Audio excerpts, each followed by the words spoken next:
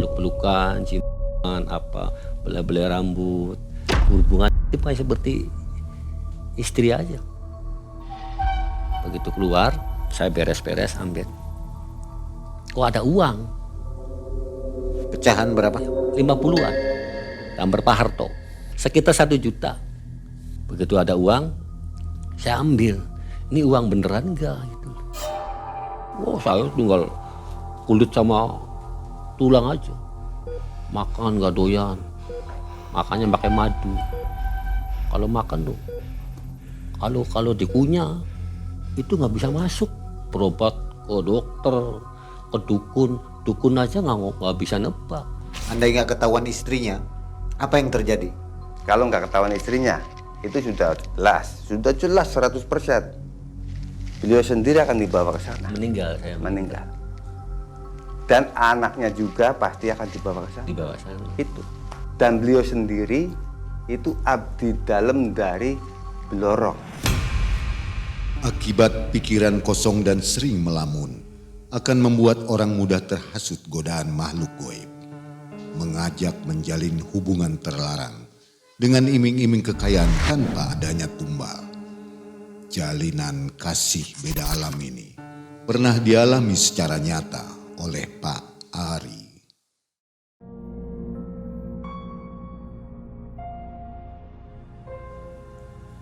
Nah, sobat, ini ada narasumber kita namanya Pak Ari.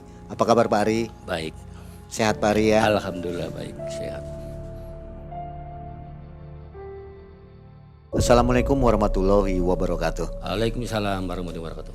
Sobat, dimanapun sobat berada, mudah-mudahan hari ini sobat sehat dan banyak rezekinya ya. Hari ini Mang Ai dan tim sudah menyiapkan narasumber yang baru. Ini Pak Ari namanya. Pak Ari, kegiatan sehari-hari apa Pak? Untuk sementara ya, jual beli motor. Jual beli motornya. Gimana Pak? Kondisi sekarang ramai Pak? Alhamdulillah agak lumayan. Lumayan baik atau lumayan jelek nih? Lumayan baik, Stabil lah Pak ya? stabil. Sobat, Pak Ari ini punya pengalaman memang agak lama ya. Tahun 2001. Jadi pernah menikah dengan jin gitu ya. Iya. Itu gimana rasanya Pak Ari? Rasanya seperti biasa aja. Kita kayak suami sama istri istri gitu. berhubungan intim seperti biasa aja. Jadi nggak punya pikiran kita berhubungan sama jin, nggak. Rasanya sama? Rasanya sama, malahan lebih enak. Lebih enak ya? Iya, lebih gairah, lebih semangat daripada istri. Setelah itu ngasih uang? Ngasih uang, Ngasih uang. Ini nggak disengaja atau sengaja sebenarnya? nggak disengaja. Oke, baik. Sobat jangan kemana-mana, ini kisahnya menarik. Tonton sampai akhir ya. Kita langsung dengarkan kisah dari Pak Ari. Malam mencekam, semakin malam semakin mencekam. Pak Ari. Halo Sobat Malam Mencekam Senusantara. Buat sobat yang memiliki kisah nyata mistis dan ingin menjadi narasumber, sobat bisa mengirim DM Instagram ke Malam Mencekam Official. Atau langsung hubungi WhatsApp admin di nomor 08233 929 1177. Tentunya akan ada apresiasi dan merchandise eksklusif dari Malam Mencekam. Mang Ai tunggu sekarang juga ya. Jadi begini Mang Ai, saya itu mencari nafkah untuk istri itu sulit sekali. Malahan saya mencari ke sini, mencari ke teman informasi, teman saya pada nganggur semua.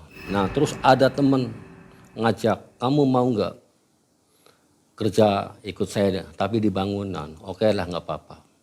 Saya pamit sama istri saya, Ma doain semoga kerjanya sukses, lancar, tidak halangan apa-apa. Iya Pak, saya doain. Setelah itu saya paginya pamitan, Mak saya permisi, saya mau berangkat ke Jakarta, mau kerja dengan teman saya di bangunan. Maksudnya jadi kuli? Kuli bangunan. Nah terus ya udah Pak, hati-hati, saya doain. Saya berangkat sama teman saya ke Jakarta. Kali itu saya kerja di bangunan tuh ngaduk. Ya namanya orang kuli apa aja kan disuruh mandor tuh, suruh ambil batu bata, pasir dan kayu. Sebelumnya memang sudah pernah jadi kuli? Belum, saya alami aja, pengen tahu yang kerja bangunan tuh kayak apa, oh begini gitu. Berat ya? Akhirnya saya langsung, oh begini cara saya ngaduk, bawa adukan, saya bawa ke tukang pasang bata, saya bawa aduk, itu sebagai Kenek ya? keneknya lah, pelayan tukangnya itu. Dibayar setiap minggu? Tiap minggu. Setiap minggu bayaran, setiap minggu bayaran. Itu udah dapat makan belum? Belum. Jam 10 dikasih sarapan ya satu bungkus kecil tuh. Kasih orek tuh sarapan aja jam 9 tuh, jam 10 kasih orek. Nah, terus sampai siang sorenya makan sendiri. Nah, setelah itu bangunan kan hampir selesai nih. Sekitar bayaran setiap minggu kan biasanya bayar, tiap minggu bayar. Itu 1 bulan tuh mandor tuh nggak datang. Alasannya lagi ada perlu. Sampai 1 bulan itu nggak datang sampai nggak dibayar. Jadi teman-teman kita tuh ada yang pulang ke Cirebon, ada yang tetap di situ. Ya bubar lah. Nah terus saya ikut bubar juga. Terus di tengah di jalan ada yang ngajak saya lagi. Mau nggak kerja di laut? Nah cuman nggak ada gajinya tuh. Kalau kita dapat banyak, ya dapat banyak penghasilannya. Cuman masalah makan, tidur itu sudah dijamin yang punya perahu itu. Nah, ya itu sih. Setiap malam saya mancing terus. Dapat 1 kilo, 2 Besar kilo. kapalnya? Kapalnya lumayan. Satu kapal tuh 5 orang, 7 orang. Paling banyak 7 orang. Jadi Bapak dapat berapa kilo? Ya Berapa persen? kalau waktu kita di laut nih, itu dapat 2 kilo. 3 kilo. Gajinya itu? Iya, gajinya cuma mancing itu nggak ada gajinya. Jadi kalau kita mancing dapat banyak 1 kilo 2 kilo itu langsung dibayarin di situ. Yang punya kapalnya. Oh, langsung dibeli begitu Ya ya? langsung dibeli sama di kapal. Langsung dibeli sama orang yang punya kapal. Dapat berapa? Om, dikit lagi sepi. Kok teman-teman dapat banyak? Ya itu teman-teman mungkin udah pengalaman. Kalau saya baru sih, oh tapi bagus lah. Walaupun Mas baru mancing tapi sering banyak dapat 2 kilo 3 kilo. Walaupun teman-teman yang Mas yang lama hampir sama pendapatannya. Saya mancing terus. 2 hari di tengah-tengah laut sampai ngelamun. Mancing nggak pernah tidurnya pagi jam 7 jam 8. Dari mulai sore tuh mancing terus saya. Sedih saya tuh mikirin nasib kok begini amat. Sedangkan istri di rumah kan nungguin. Ya. Nungguin katanya kerja di bangunan nggak dibayar, saya nggak pamit, nggak nelpon istri mah, bareng saya tuh kerja di bangunan udah selesai, saya nggak ngomong, saya nggak cerita, tapi saya tetap berjuang terus untuk membela istri tuh. Sedangkan istri waktu itu kan hamil dapat 2-3.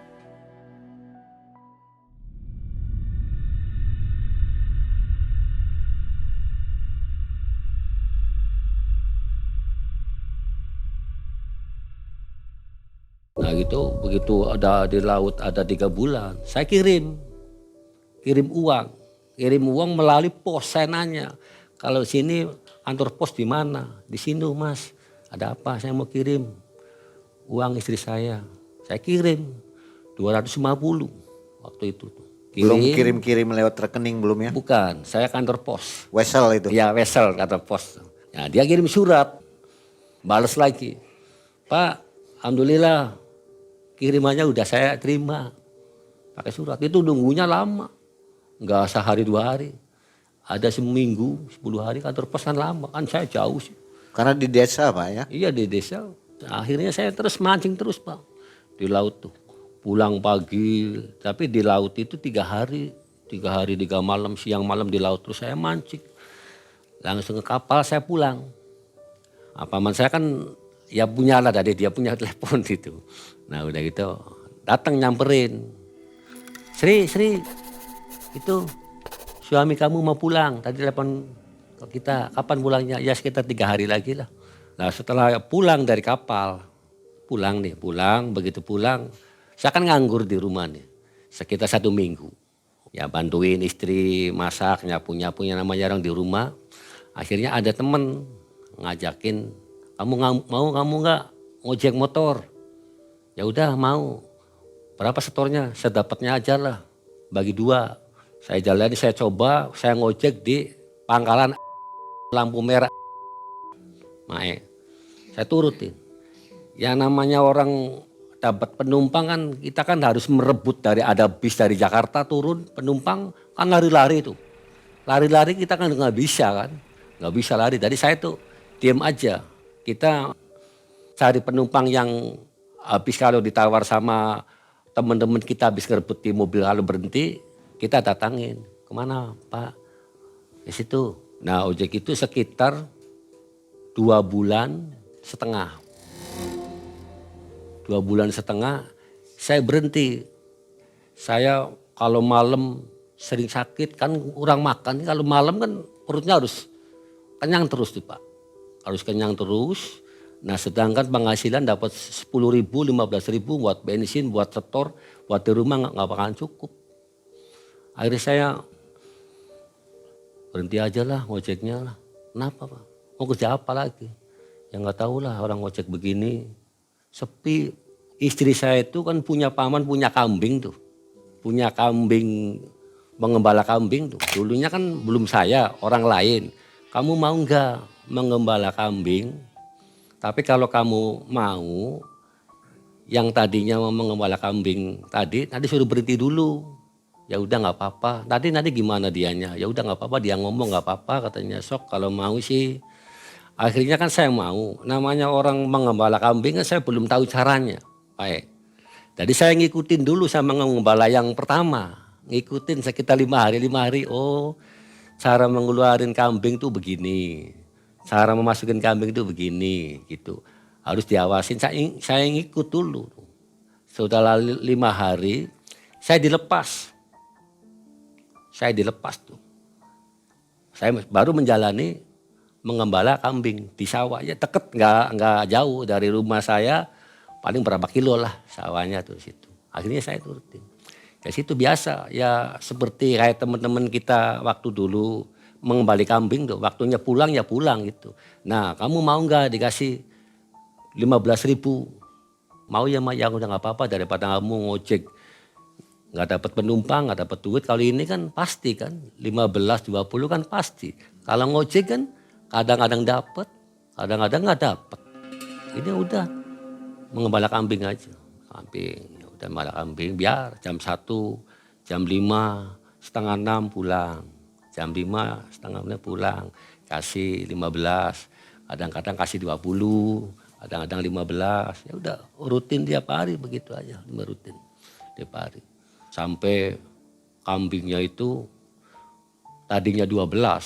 Kan yang kambing perempuannya kan betinanya kan ngandung kan. Sampai saya ngurusin apa kambingnya sampai hamil melahirkan 2 ekor. Alhamdulillah akhirnya saya ditambah. Tadinya 15, 20.000. Ya alhamdulillah. Karena ngurusnya gembalanya baik, bisa kamu tuh udah bisa. Ya udah. Jadi saya urus sampai kambing melahir dapat 2 tuh. Alhamdulillah katanya mamangnya laporan Sri, suami kamu bisa sampai baru berapa bulan aja kambingnya udah mau hamil. Sudah mau melahirkan gitu. Ya udah Mang, ya udah kamu bisa katanya gitu. Saya kan ngelamun nih di tengah-tengah sawah nih ngelamun. Yang mikirin anak saya, istri saya nanti mau melahirkan belum ada persiapan. Sedangkan dikasih sama paman 20.000 ya. Jadi saya tuh cukup enggak nanti untuk biaya lahiran kan cukup enggak gitu. Saya mikirin lamun aja. Sering tiap hari begitu di tengah-tengah sawah jam 5, setengah 6 selalu melamun sambil melihatin mengembala kambingnya sambil cari rumput apa tuh. Nah terus ada perempuan tiba-tiba memanggil saya, Mas ini. Seperti apa sosoknya? Seperti biasa, pakaian biasa. Bukan pakai under, pakai kayak pakaian Ibu Kartini tuh. Kebaya? Iya kebaya seperti itu. Itu manggil siapa? Kok selain saya kok nggak ada siapa-siapa. Pak manggil saya. Iya katanya sini. Ya gimana Mbak kenal sama saya. Ya memang saya nggak kenal sama Mas. Cuman saya tiap hari Mas menggembala kambing, saya tahu kalau Mas nggak tahu kalau saya tahu. Begini Mbak namanya siapa? Orang dibilangin saya namanya Siti. Nah, terus gimana, ada apa? Saya tuh tahu ngelihat kamu tuh kasihan. Tiap menggala kambing kamu banyak ngelamun. Ya kayak ngelamun kayak orang ini tuh ada apa? Ya saya terus terang aja Mbak. Saya ini orang nggak punya, sedangkan istri saya sedang menghamil, dapat 3-4 jalan. Terus saya belum ada persiapan untuk melahirkan. Oh ya udah, begitu saya ketemu ngobrol nih, emang Mbak dari mana? Kamu nggak usah tahu saya dari mana. Yang penting saya tuh lihat tiap hari-harinya kamu menggala kambing tuh, tahu kamu tuh sering banyak ngelamun di tengah-tengah sawah tuh. Nah terus gimana? Kamu mau nggak jadi pacar saya? Jadi kekasih saya. Saya punya istri loh, Mbak. Cantik ini orangnya. Ya lumayan. Rambutnya panjang. Kamu mau nggak jadi pacar saya? Ya nggak tahu Mbak, saya punya istri. Kamu mau nggak? Hidupnya pengen enak. Ya semua orang pengen enak. Ya makanya kamu kalau mau, permintaan saya kalau mau, saya turut kamu enak. Ya saya tuh masih mikir tuh, oh, ini perempuan kok bisa-bisa datang dari mana nggak tahu, tiba-tiba menanyain begitu, kamu mau enak enggak? Cuman saya mintanya nggak terlalu banyak ini, saya mintanya sari bunga, kembang, campur baur. Nah campur baur terus diapain? Ya nanti kamu mau enggak? Saya tanya kamu mau enggak? Kalau kamu mau, nanti saya cerita sama kamu. Saya mikir waktu itu, saya agak bengong tuh. Ini orang nih beneran enggak mau ngasih saya kesenangan biar saya enak tuh. Cuman syaratnya cuman ngasih bunga campur baur aja gitu. Akhirnya ya udah Mbak, saya pikir-pikir dulu. Waktu itu saya nggak langsung iya. Ya udah Mas, saya pikir-pikir, ya udah. Kalau kamu pikir saya tunggu. Akhirnya saya pulang nih. Saya ngiring kambing tuh. Pas ngiring kambing mau pulang, saya tengok perempuan yang tadi itu hilang. Loh kemana? Kok cepet amat jalannya? Apa dia udah pergi gitu. Nah saya sambil kambing saya suruh pulang itu sampai saya berpikir, ini orang nih beneran enggak?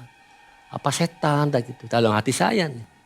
Nah saya ngiring kambing itu pulang.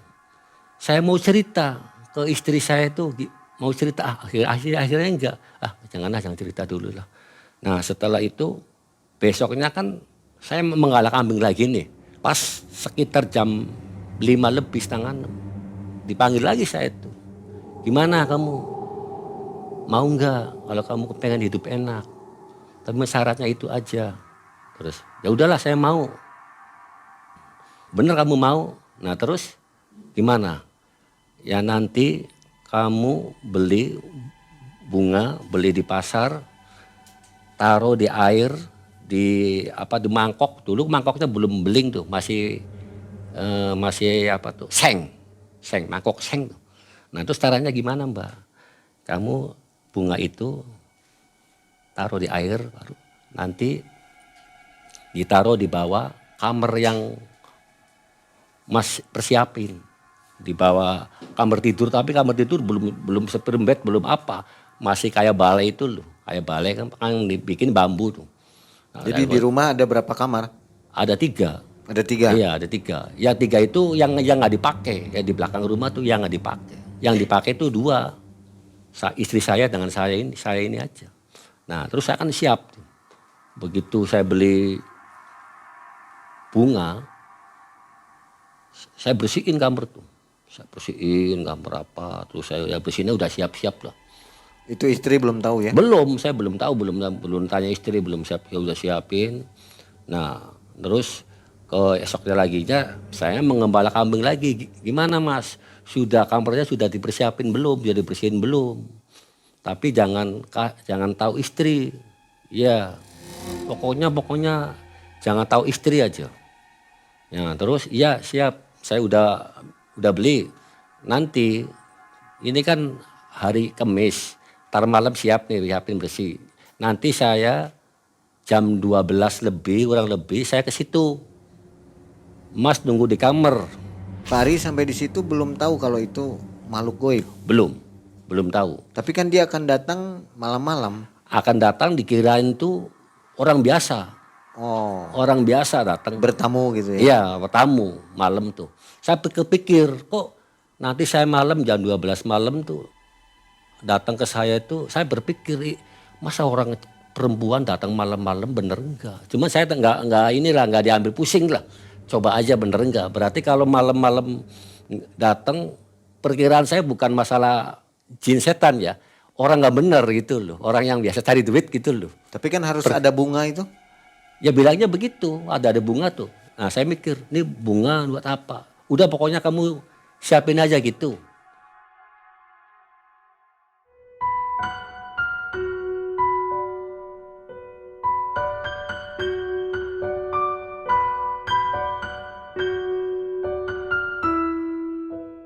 Nah begitu siapin, saya udah siapin, udah beli satu plastik, beli 3.000.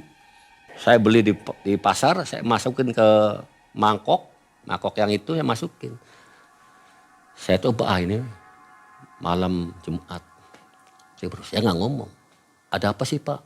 Istrinya sibuk banget. Enggak, cuman bersih-bersih aja lah, barangkali ada tikus-tikus mana. Tempatnya ruwet lah, ya udah. Begitu saya nggak ngomong tuh.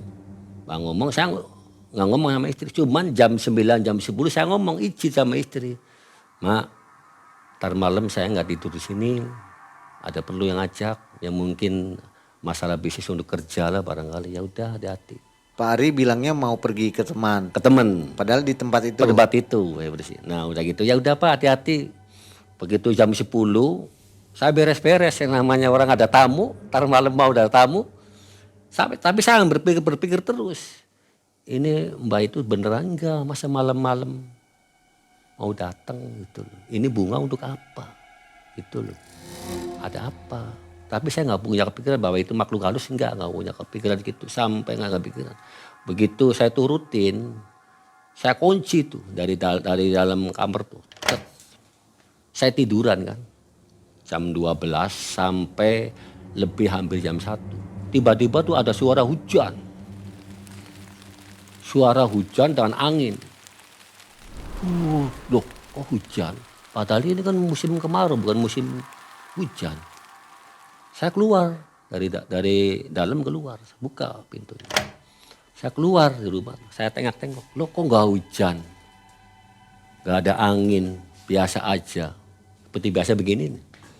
Akhirnya saya lihat-lihat di teras saya depan, ambil pelangap, kok nggak hujan ya. Begitu nggak hujan, saya kan balik lagi ke kamar tuh. Balik lagi ke kamar yang saya tuh. Begitu buka, ada Mbak Siti udah datang di situ. Kaget, kok Mbak datang? Iya katanya. Pikiran saya, oh berarti Mbak Siti datang itu berarti ada angin itu dia datang, saya pikiran. Ya biasa salaman kayak orang suami istri aja, ngobrol. Gimana sehat. Waktu salaman tangannya dingin nggak? Dingin, seperti es. Seperti es? Yes. Mulai curiga iya, gitu? Iya, terus ini orang enggak, manusia bener enggak. Cuman kita kan nggak pikir orang wujudnya cewek ya. Sampai saya deg-degan tuh. Itu pakai baju apa Pak? Pakai biasa kayak ini nih, apa tuh. Kayak sinden tuh, ada di sinden tuh. Indo tuh, sinden tuh, bukan pakaian kayak sekarang, bukan. Kayak sinden tuh. Ada ininya, rambutnya biasa diikat biasa segini. Baunya wangi. Bukan bau minyak wangi tuh. Jadi baunya bau kembang gitu loh. Kembang tuh. Wah, bau kembang. Cuman saya nggak ngomong loh. Wangi banget gitu loh. Saya nggak ngomong, saya dalam hati aja nggak ngomong. Dalam hati nggak ngomong. Bahwa ini baunya wangi, ada bau kembang, enggak ini. Cuman kita, oh ya tadi beli kembang, apa mungkin bau kembang yang saya beli itu, saya yang taruh di kolong tempat tidur itu. Gitu. Begitu ngobrol, saya ngobrol aja. Begitu ngobrol, Ya udah kamu jangan bilang sama siapa-siapa. Saya tuh tahu, sambil di kamar tuh, Mae. Saya tuh tahu kamu setiap hari mengembala kambing tuh. Saya tahu, cuman kamu nggak tahu sama saya. Padahal saya sering lewat di situ. Masa sih Mbak? Iya, cuman saya enggak. Saya diem aja. Baru kemarin itu baru saya berani memanggil Mas. Nah udah gitu mungkin hampir jam 1 lewat. Udah Mas nanti kan besoknya kerja mengembala kambing. Udah istirahat, tahu capek. Ya namanya saya nggak berani megang, yang megang saya itu. Ya udah Mas tidur, capek ta. Saya pijetin seperti orang biasa. Mas celana lepas, saya pakai lepis sih. Nah, lepas pakai sarung, tapi bukan sarung tuh, tapi tuh. Yang kayak sarung tapi. Kain batik gitu ya? Batik kembang-kembang tuh tipis kan, tapi sarung, kalau sarung kan tebel udah sholat itu mah nggak tapi biasa. Saya tidur, saya peluk-peluk, diciumin, kayak orang biasa aja. Nggak dingin lagi? Enggak, dinginnya waktu salaman. Begitu pelukan udah nggak dingin ya? Enggak dingin, biasa. Saya lemas, sempang, saya cium-ciuman apa. Tapi begitu saya lagi berhubungan sama Mas itu, saya kepikiran takut istri itu tahu, kan deket di belakangnya. Diem aja. Nah, begitu saya bersemas sama Mas itu, peluk-pelukan, cuman apa, bela-bela rambut, udah kasihan, begini. Akhirnya saya tuh tenang tidur. Begitu tidur, ya berhubungan kayak seperti istri aja. Begitu saya tidur sekitar hampir jam 3 mau subuh.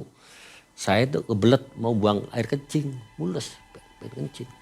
Pas kencing begini Rama, kok nggak ada? Loh, orangnya nggak ada. Saya nggak takut. Aku takut. Kamu hampir lari.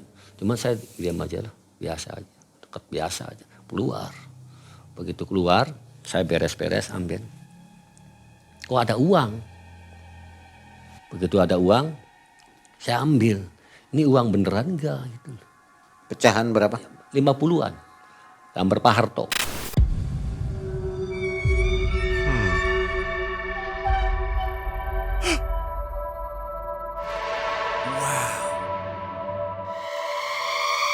Sekitar 1 juta. Saya ambil sekitar 200 pegang. Saya paginya keluar, tapi keluar nggak langsung pulang ke rumah. Nanti ketahuan sama istri saya kan. Begitu terus ambil, saya cuci muka. Saya pulang, jalan kaki. Pas saya pulang ke istri saya kasih uang dari mana, pokoknya ada rezeki lah. Saya nggak cerita gitu tuh. Tapi hati saya pikir saya masih deg-degan. Makan aja tuh sama istri tuh bingung. Takut ketahuan? Iya, takut ketahuan. Nah udah begitu lama, akhirnya kan dia tetap jalan. Pokoknya setiap malam Jumat tidur di situ. Berarti seminggu sekali ya? Seminggu sekali. Ya cuman bunga itu saya belanja bunga lagi. Cuman nggak pernah ngomong. Sampai duit itu sampai saya penasaran. Begitu ngasih istri 200.000, saya tidur lagi siang. Saya masuk ke belakang tuh nggak bilang sama istri, malah istri saya disuruh sama saya. Takutnya ketahuan ke belakang.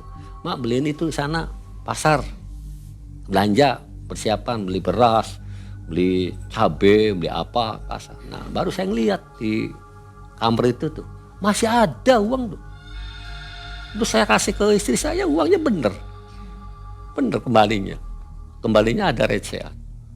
Nah udah itu saya nggak bilang sama sekali. Terus setiap malam Jumat berhubungan, nggak pernah ngomong, pernah nggak ketahuan.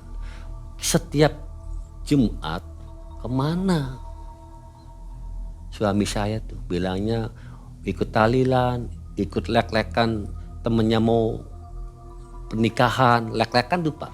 Lek-lekan kata orang Cirebon tuh lek-lekan lah. Begadang ya? Iya begadang, sambil ngopi-ngopi gitu loh. Pulang pagi, ya begitu aja.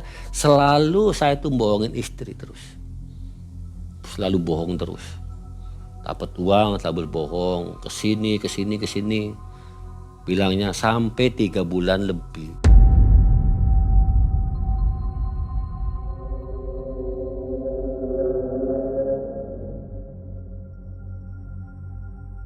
3 bulan dari mulai malam Jumat, saya itu teledor. Pintunya nggak dikunci. Waktu malam Jumat ketahuan istri tuh, saya lagi mau berhubungan dengan si Mbak Siti itu, saya nggak ditutup, pintunya kan masih melongo sedikit tuh. Mungkin istri saya juga curiga. Begitu saya lagi tidur bareng, istri saya tuh ngintip di kamar saya tuh, ngelihat saya itu lagi main begitu sama ularnya besar. Istri saya itu langsung pingsan. Begitu pingsan, si Mbak Siti itu tahu bahwa ada orang ngintip itu, istri saya itu tahu, cuman nggak bilang, langsung menghilang.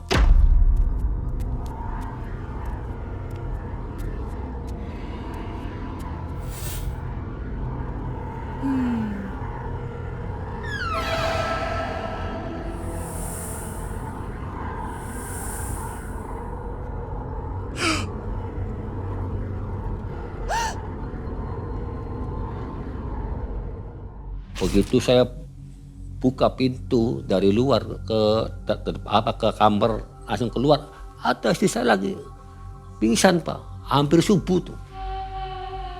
Saya angkat, saya baru dimarahin sama istri. Bapak setiap malam Jumat Bapak bohong aja.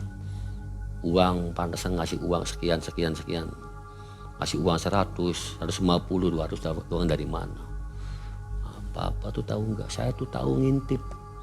Bapak tuh lagi duduk sama ular besar. Nggak terasa saya ngomong. Mama cuman kelihatan aja ular biasa.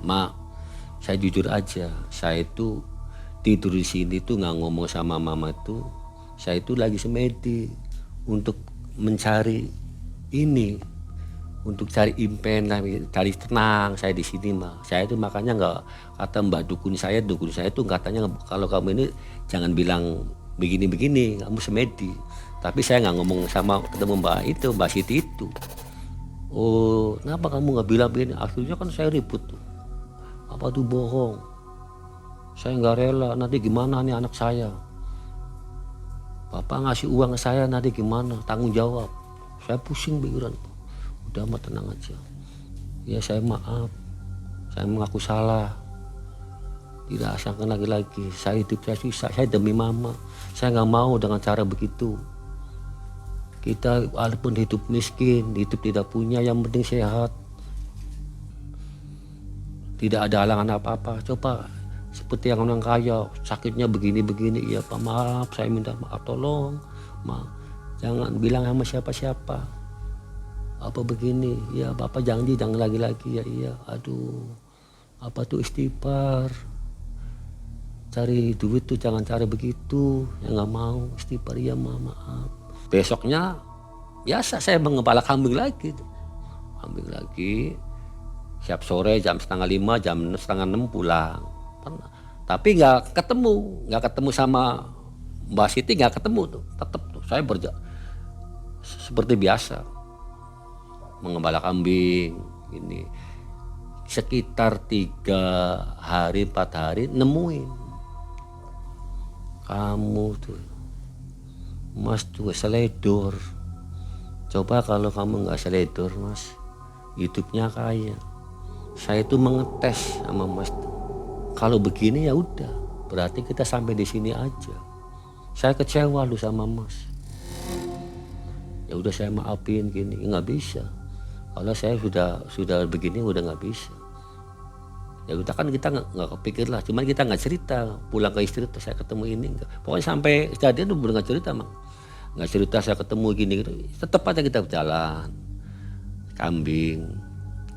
Pulang sore. Cuman jarak berapa minggu saya ngimpi. Nggak langsung ketemu wujud, mimpi. Mimpi gitu. Sering nemuin sih. Sebenarnya saya tuh masih sayang sama Mas tuh. Masih rasa cinta. Cuman kalau sudah ketemu istrinya Mas ya, saya udah nggak bisa. Jadi Terus sering tuh, terus seminggu setengah bulan ngimpi lagi, ketemu lagi. Cuman ngimpinya ketemunya dalam mimpi aja. Bukannya dia yang rindu, akhirnya kita yang rindu. Kitanya yang rindu, jadinya kepengen ketemu lagi tuh. Cuman kita kan nggak bisa manggilnya gitu. Bisanya melak mimpi-mimpi aja. Nah udah begitu, jarak berapa minggu saya disering sakit, saya nggak bisa mengalah kambing, saya tuh sakit, demam, mendidih, terus nggak butuh keringat, habis lama tuh baik saya tuh sakit, saya berobat ke puskesmas tetap aja nggak sembuh, sampai ke rumah sakit besar tetap nggak sembuh, sampai ke dukun tetap aja. Saya sampai dukun ini yang bisa ini deh tetap aja nggak sembuh. Saya hampir mati waktu itu. Istri saya sudah mau melahirkan. Sekitar 1 bulan 2 bulan lagi. Ngurusin saya tiap hari. Mandiin apa. Kencing bisa, cuman berak saya tuh. Beraknya susah banget. Keluar sampai nangis. Di dokter nggak ada penyakit? Nggak ada gejala, nggak ada, biasa-biasa aja katanya. Bilang sama istri saya, kalau saya kan boro-boro bisa ngomong. Cuman panas tinggi ya? Panas, oh ampun. Sampai ke dokter lagi, sampai nanya saudara-saudaranya istri saya itu. Kan saya kan nggak bisa ngomong. Jadi waktu saya sembuh tuh, gimana dokter? Itu nggak ada, ini biasa saya normal semua, jantung apa sih. Nah cuman istri saya mau cerita, Pak ceritain aja masalah begitu yang waktu kejadian saya ngelihat Mas tidur sama makhluk halus ular, jangan nanti gimana, saya khawatir. Saya tinggal kulit sama tulang aja, makan nggak doyan, makannya pakai madu. Kalau makan tuh kalau dikunyah itu nggak bisa masuk sini loh, air pasti tuh nggak bisa masuk, jadi kumat cuma di mulutnya aja. Sampai saya tuh ya sampai berobat ke dokter, ke dukun aja nggak bisa nebak. Saya tadinya begini, ya cuma saya nggak ngomong saya dulunya begini, tuh nggak ngomong, saya diem aja sampai hampir 2 bulan lebih lah. Nah udah gitu sering ngimpi lagi. Jadi seolah-olah si Mbak Siti itu dendam sama saya. Kecewa. Saya kecewa banget Mas. Tapi dalam mimpi ketemu. Saya itu sebenarnya setulus hati mencintai Mas. Cuman gara-gara saya kecewa, saya belum puas sama Mas. Cuman Masnya aja seledor. Kenapa suruh hati-hati? Pintunya seledor nggak dikunci, cuman itu aja. Kalau mimpi ngomongnya begitu aja, bilangnya saya masih cinta, masih Mas. Tapi sekarang udah begini ya sudah. Saya masih sakit tuh di rumah sakit. Berapa lama itu di rumah sakit? Rumah sakit sekitar 2 minggu. 2 minggu balik lagi, obat di rumah lagi, obat lagi di rumah. Nah cuman ada orang tua ngasih saran biar sembuh katanya, suruh makan daun kapas tuh, yang mudanya tuh kan lengket tuh, kayak hijau kayak apa tuh, itu suruh disaring, suruh diminum. Kata orang dukun biasa, dukun kampung tuh, dukun urut, dukun apa tuh, coba katanya, Neng cari daun itu biar panasnya hilang. Begitu saya nurutin cari daun kapas itu loh, daun kapas. Ya alhamdulillah, mendingan. Nah itu saya bisa sembuhnya. Terus makan itu aja. Terus saya makannya pisang Ambon. Beli 2 biji, makan pisang. Mulai bisa makan ya? Iya, bisa makan pisang. Terus minum ya daun kapas tuh. Total berapa lama terus normal? Normalnya sekitar 1 bulan lebih, baru normal bisa makan. kasih. Tadi di dokter nggak sembuh, di bertuku-tuku yang ini nggak sembuh, pindah lagi ke dokter ini lagi, sampai nanyain keluarga saya tuh, keluarga istri saya tuh, sakitnya apa sih? Nggak ada, semua normal, darah normal, jantung normal, apa? Ya nggak tahu. Dokter sampai heran. Saya ngurus pasien biasanya tahu penyakitnya, tapi ini nggak tahu. Dokternya bilang sama keluarga saya tuh, keluarga istri tuh. Cuman istri tahu bahwa suami saya itu selingkuh dengan itu, dia nggak cerita. Kalau saudara-saudara nggak cerita.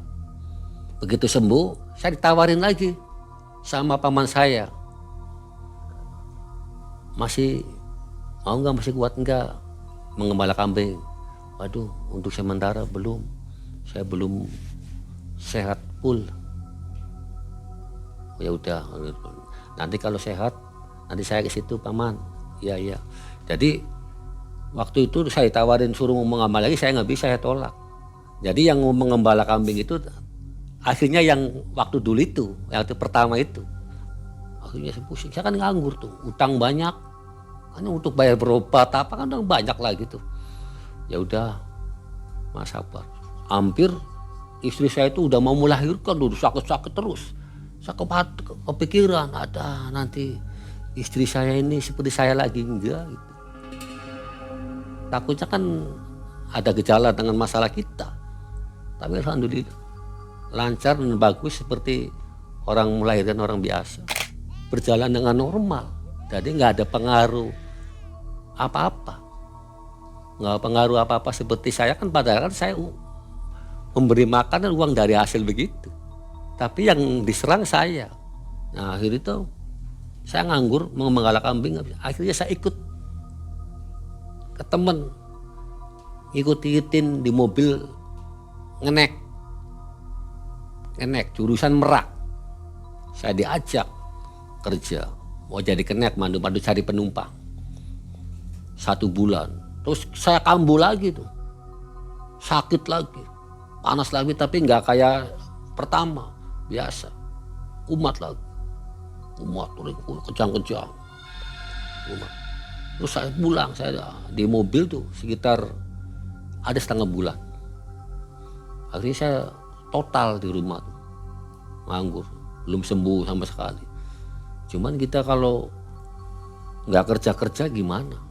Makan kan harus makan, ya. Listrik harus dibayarin. Dulu bayar listrik masih murah. Kalau dulu kan saya sampai janji sama PLN-nya, Pak, ntar Pak mau dilepas tuh 4 bulan 3 bulan ya Pak. Kalau listrik sekarang kan kalau habis kan harus kasih pulsa. Bisa kali, dulu mah enggak. Kita masih tempo masih bisa 2 bulan 3 bulan. Jadi setelah itu Bapak sembuh, bisa bekerja. Di mana itu? Diajak sama teman saya yang punya duit. Ada pemodal. Dapat modal, tapi saya suruh ngikutin pembeli sama yang mau jual motor bekas. Mulai ke motor iya, nih. Jual motor. Nanti kamu cari pembeli atau cari motor yang mau dijual. Kalau ada komisi yang mau, ya nanti kalau ada yang mau jual datang ke saya, nanti kamu dapat komisi. Dari situ mulai ketemu usahanya, ketemu gitu tuh. Jadi saya ikutin. Utang-utang mulai lunas. Iya, lunas, utang apa. Pas saya begitu kerja di motor, alhamdulillah. Saya dapat dikasih sama yang punya modal, itu kasih 50. Pokoknya membaik lah Pak ya. Membaik apa sampai sekarang alhamdulillah. Oke. Nggak pernah datang lagi. Nggak pernah datang lagi Di Siti. itu. Siti nggak terlatih, cuman itu aja. Udah nggak ada gangguan lagi. Nggak ada gangguan lagi.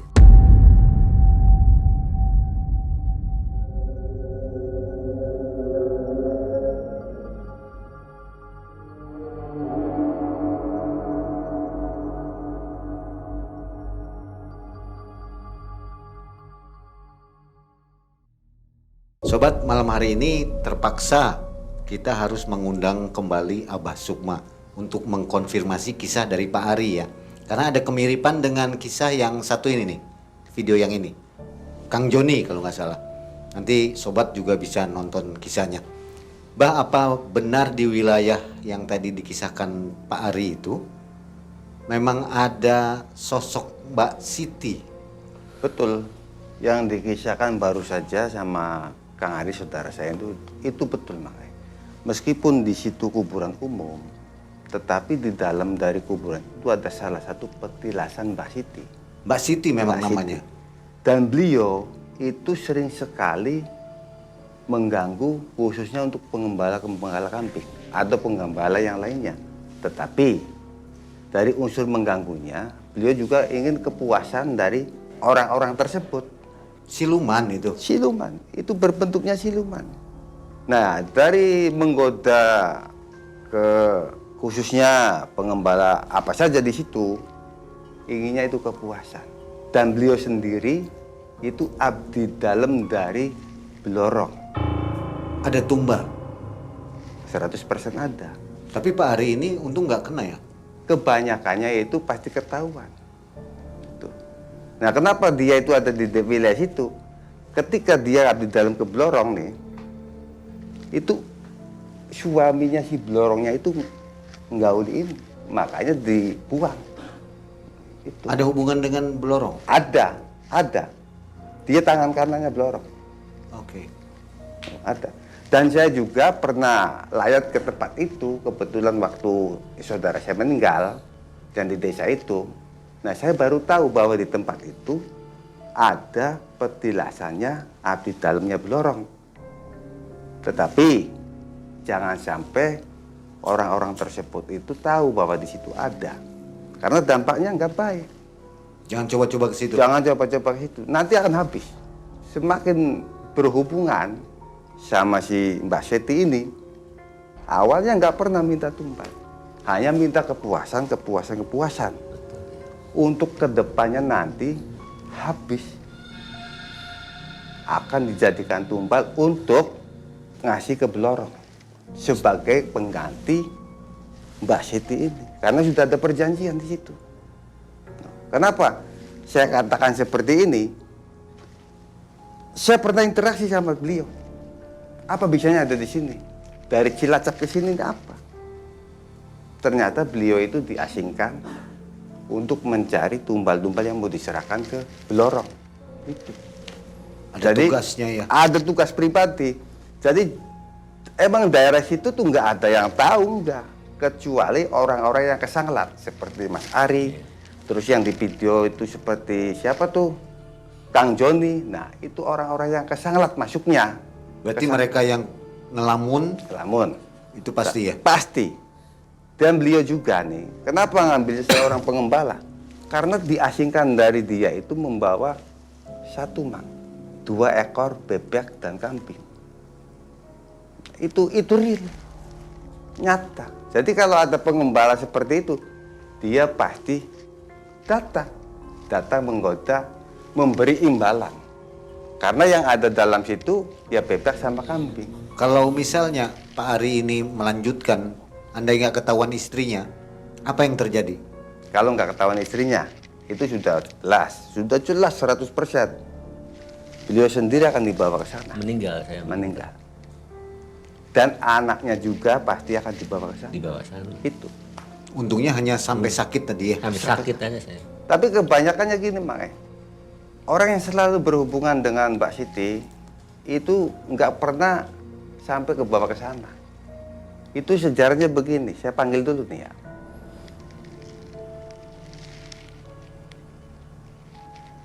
Jadi nggak akan pernah nyampe. Karena ketika beliau ini menyetorkan tumbal-tumbalnya beliau akan kembali lagi ke sana. Dan Blorong pun tidak mau, takutnya itu berkhianat lagi. Oke. Dari bawaan sana itu 2 ekor kambing dan bebek untuk makannya si dia. Selalu kambing dan bebek. Bebek si Jati itu.